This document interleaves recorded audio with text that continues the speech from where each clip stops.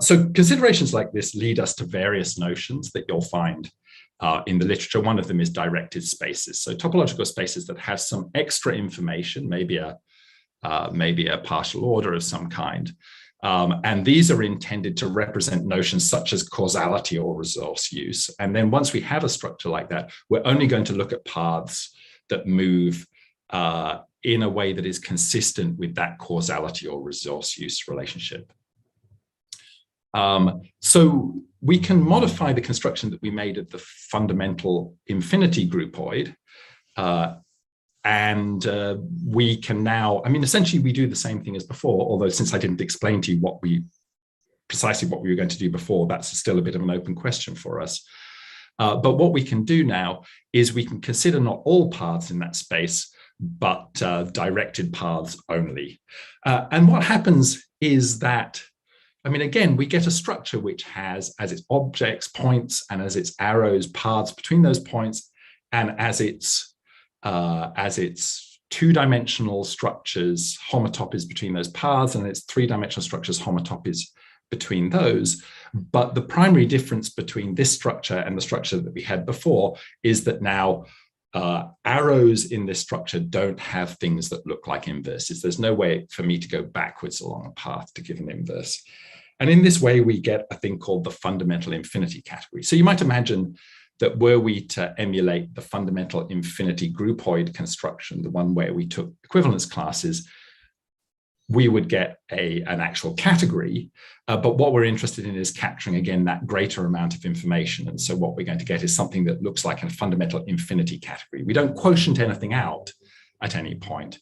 And so therefore, we get this much more complicated structure that's extending up through the dimensions.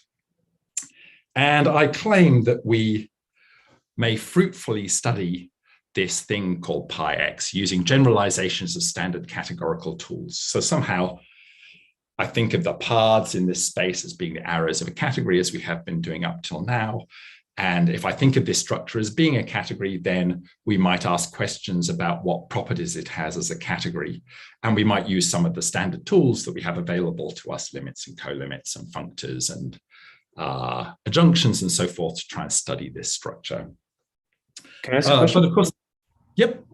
So is this fundamental infinity, is this an infinity one category, or are there directed spaces that have fundamental infinity n categories? So most of the versions of this that you'll find sort of hanging around in the literature, this is a fundamental infinity one category. So I guess I should say that the idea, often when we talk about infinity categories, we talk about infinity one categories or infinity n categories. Essentially, the first infinity in that says that we have, I guess, structures in this category-like structure that extend all the way through the dimensions. So we have them going all the way up to infinity. But the n tells us that certain of those structures may not have inverses. So in fact, the n says that the first n levels of that, the things in there don't have inverses. So in this case, our paths won't have inverses, but our homotopies between paths will. So this, mostly, this is an infinity one category. So paths don't have inverses, but higher homotopies do. There are also versions of this in which you have more complicated things where they give you infinity n categories, but I don't want to confuse too many people with that at this point. So how do we go about actually doing some category theory inside these structures, having accepted that there are some applications for them? The other thing I should say before we move on to that is that when we start looking, as mathematicians say, in nature, which of course doesn't really mean in nature at all, it means in the papers that they've read, we discover that there are all sorts of other places where if we look carefully, these infinity categories just arise as natural constructions. So some of the things you might have heard about are things like derived algebraic geometry, which is a version of algebraic geometry that takes into account at its foundation notions of homotopy. We have formal foundations in type theory. So homotopy theory is now very important in the field of type theory. We, of course, have algebraic topology, where this all started. Areas like quantum field theory and quantum computation, because of questions around the cobordism hypothesis. And then, of course, category theory itself. It turns out that quite a number of the constructions that we do in category theory natively produce infinity categories and much more. So this is quite an important thing. I mean, understanding the category theory of this stuff is a useful thing to be doing.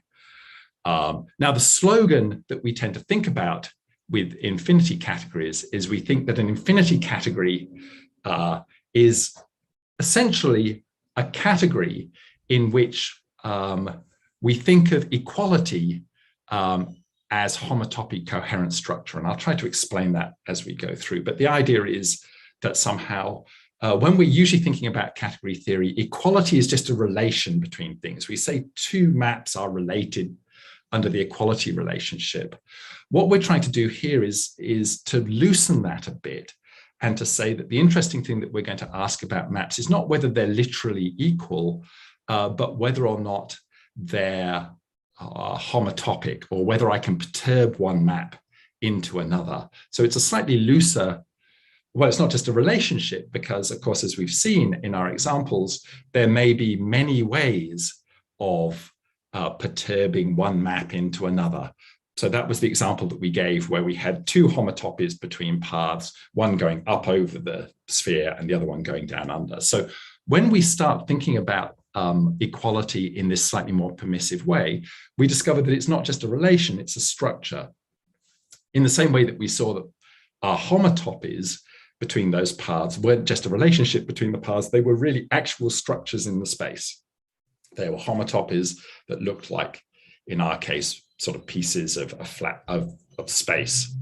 And we need to take account of the fact that this is structure in what we're doing. So if we take categories and we weaken the notion of equality, then we get a notion of infinity category.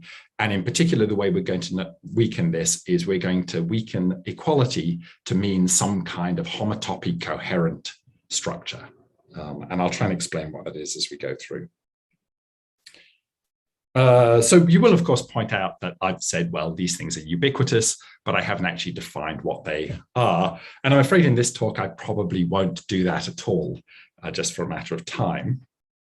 But let me just give you an intuitive model of what these things, or the intuition that we're going to try and work with about what these things actually are. So an infinity category, well, we think of it kind of like a category. The first few steps of the definition of infinity category are much like we would give for a category. So an infinity one category in this case, so the one there, I wouldn't worry too much about the one, but as I say, the one says that my one-dimensional structures don't have inverses, but everything in higher dimensions do. So we start off much as we do with a normal category definition. So we say, okay, well, a category has a set of objects, that's good. Now, of course, a category has Hom sets. So we have sets of maps from an object A to an object B. Well, in this intuitive model, I'm not going to just ask that that be a set of maps from A to B. I'm actually going to ask that it be a space. So it have a bit more structure. And when I say space, I'm also not going to be precise about what I mean by space, because space might mean a topological space, or it might mean a metric space, or maybe in this context, it might mean a thing called a simplicial or a cubical set. So some kind of combinatorial notion of space. But in any case, it's a coherent structure that has, I guess, which we can recognize as having clear spatial properties. We have some kind of notion that points cohere together. And one way of thinking of this in this case is as a topological space. And then the next part of the structure, again, is something that's quite familiar. So we think of having continuous composition operations. So we've got something that, I guess, given maps from A to B and maps from B to C, compose them together to give me maps from A to C. And this is done in such a way that it respects this space structure up here. So we want things, I mean, I guess if pairs of maps here are close together, then when we compose them, we want them to end up being close together in here. So all of that seems very familiar. The next part may be less so, because what we discover in our composition now is that part of this being a category with more, I guess, with a more permissive notion of identity, of equality, is that we shouldn't really be able to say that the two different ways of composing three arrows are literally equal. In fact, I mean, in this kind of world, we shouldn't really be saying that very many things are literally equal at all. Instead, what we're going to say is that the two different ways round of composing three things are at least homotopic. So if I take maps H, G, and F, and I compose them together in the two possible ways, there is some perturbation that will take one of those composites to the other, but they may not be literally equal. So I guess think of this as, if I'm given three maps, F from A to B, G from B to C, and H from C to D, then the two different ways of composing them together look like this. And I will give, as part of the structure of my category, a nice continuous map that starts, I mean, this is a point in the space KAD, and this is also a point in the space KAD. And what I'm going to do is I'm going to give a nice path. I mean, part of my structure is to give a path from this point in that space to this point in that space. And I'm going to ask that all that family of paths be nicely continuous. So that's already, I mean, what we would have had in the category was we would have just agreed that these two things were equal, and then we would have stopped our definition. Unfortunately, having not made that decision here, we're now going to have to think about, I mean, I've made some choices of structure here. I've got a choice that says, well, I'm giving some specified structure that says, here is a specified path that relates this composite to this composite.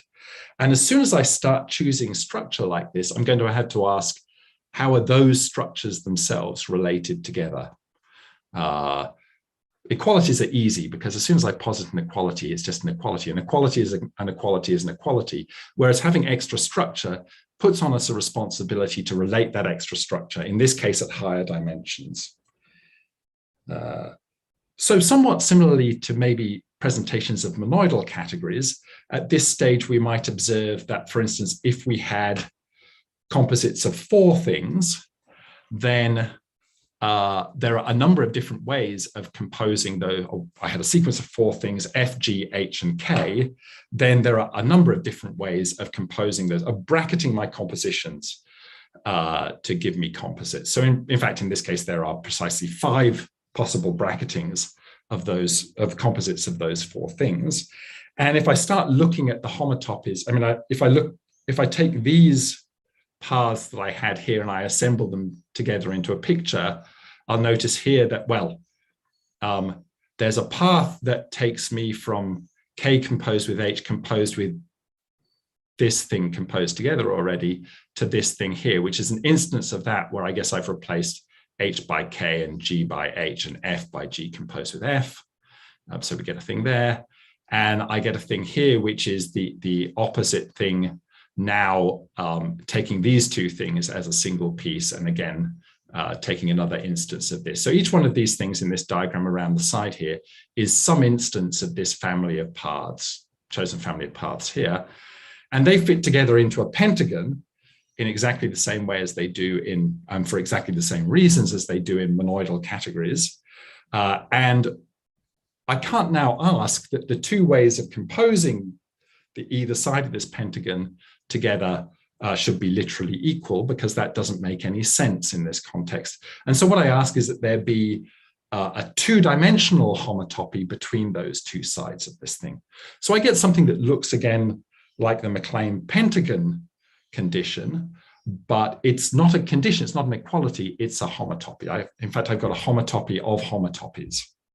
That's what we mean by a higher homotopy. If anybody says higher homotopy, it just means I've got two homotopies and there's a homotopy between them. Now, the problem, of course, is that I'm now going to get stuck in an issue of infinite regress, which is, well, I've now got some more structure, and that structure has to be taken account of at the next level up. So in my definition, I have even higher coherence homotopies. So I've got 3-dimensional homotopies and I've got 4-dimensional homotopies. And by that stage, I'm certainly starting to give up on this as a definition, but it certainly is a useful way of thinking about what these structures should look like.